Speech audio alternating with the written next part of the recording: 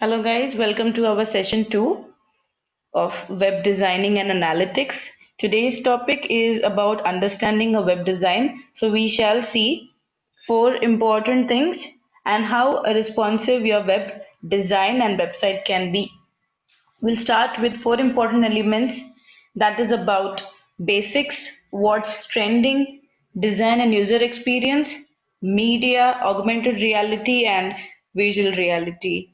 We'll start with the basics. What are the important things that we have to remember? These are the four fundamentals of web design that everybody should keep in the mind as a web designer or developer. Your website should be fast. It should respond quickly to the user without any kind of hassles or any kind of problems there. Second, it should be integrated. The user doesn't have to reach through the browser. It uses the full capabilities of its device itself to create an experience where it is very user friendly. Next is about reliable. How dependable is your website?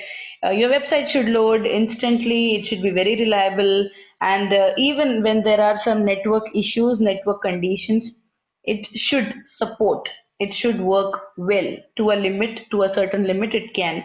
Engaging keeps the user engaged. If your responsive web design is so good, you can design an app beautifully to increase or to gain more attention and gain more traffic to your website, and that should look very natural.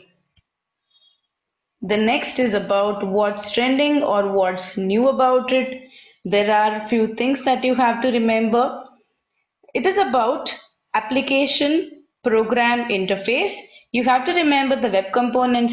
In simple words, web components are a set of standards which let you to create your own HTML elements, hypertext markup language elements.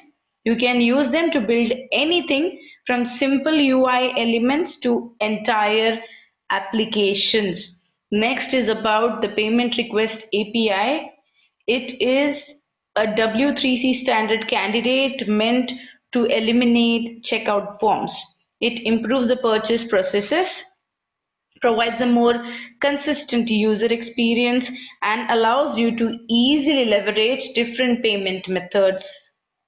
I hope we all do the payments online always. Many a times we may face issues, but if your API is strong, if the way the web design is designed properly, then it can definitely solve the issues.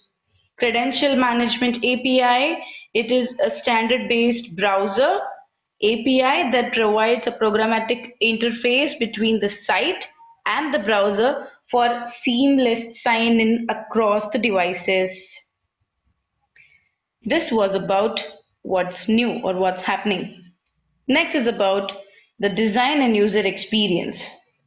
I was talking a lot of times about what is a responsive web design. You need to have such kind of website that is able to respond to the needs and capabilities of the devices that or where your things are viewed upon. You have to remember all these things. We are going to study this much deeper in the next unit, but still just an overview of this.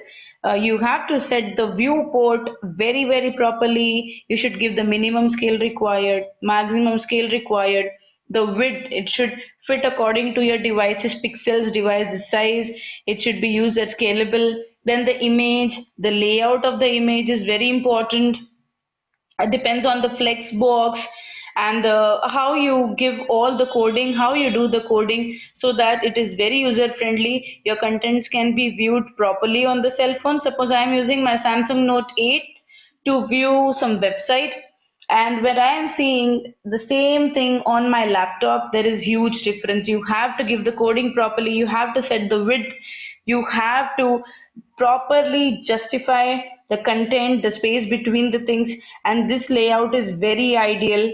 So you can set it in different sizes. CSS grid layout also allows you to create flexible grids. If we consider the earlier floated example, as I told you, here, rather than creating our percentage columns, we can use a grid layout. An FR unit, that is FR unit, which represents a portion of available space in the container. We shall see the other codings also shortly in the next upcoming classes. Then is about your hardware pixel and CSS pixel. It definitely varies. If you go to your desktop, if you click on properties and check the display pixels you are going to get, so you can see what is your website telling you and what is your hardware pixel. Everything is different. A pixel is a pixel independent of itself and also vary according to the different devices that we are using. Then multiple column layout can also be given. So all these features we have to remember while designing a website, or at least knowing about this subject, how responsiveness can help in user experience. Last is about the media. It is also called as MSE, media source extensions. As you all can see, what I have given there is about an API that lets you build streams for playback that segments of audio or video. Although not covered in this lecture, we shall talk about it more in the next class. And I will tell you an example in the upcoming classes about embedding your video, how it will play within that frame instead of directing everybody to the YouTube channel or instead of directing you to that website.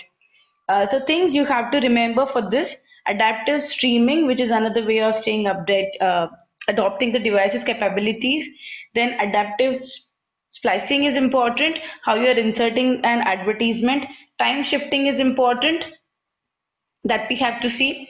Then is about the control of performance and download, which is very important. So this was about the media, audio, video. There are a lot of things in this where you can go to the link that I have given on Moodle and explore how a mobile web video playback happens.